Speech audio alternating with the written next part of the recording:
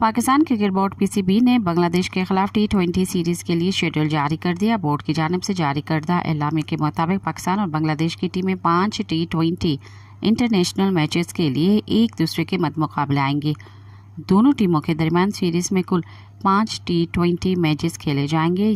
पहले ये दौरा 3 वनडे और 3 T20 मैचेस पर मुश्तमिल था, लेकिन ICC men's T20 world cup की तैयारी के लिए अब वनडे इंटरनेशनल की जगह 2 इजाफी T20 मैच खेले जाएंगे।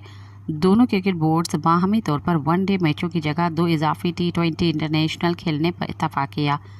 शेड्यूल के तहत इब्तदाई 2 T20 मैचेस 25 और 27 मई को फैसलाबाद में और बाकी 3 मैचेस 30 मई, यकम जून और 3 जून को लाहौर के कज़ाफ़ी स्टेडियम में खेले जाएंगे। वाज़ेह रहे कि फैसलाबाद 17 साल बाद एक बार फिर इंटरनेशनल क्रिकेट की मेज़बानी करेगा। तमाम मैचेस रात 8 बजे शुरू होंगे। सब्सक्राइब कयो अवामी न्यूज़ HD के ताज़ा तरीन ख़बरुन ला ॾिसंदा रहो अवामी न्यूज़ HD।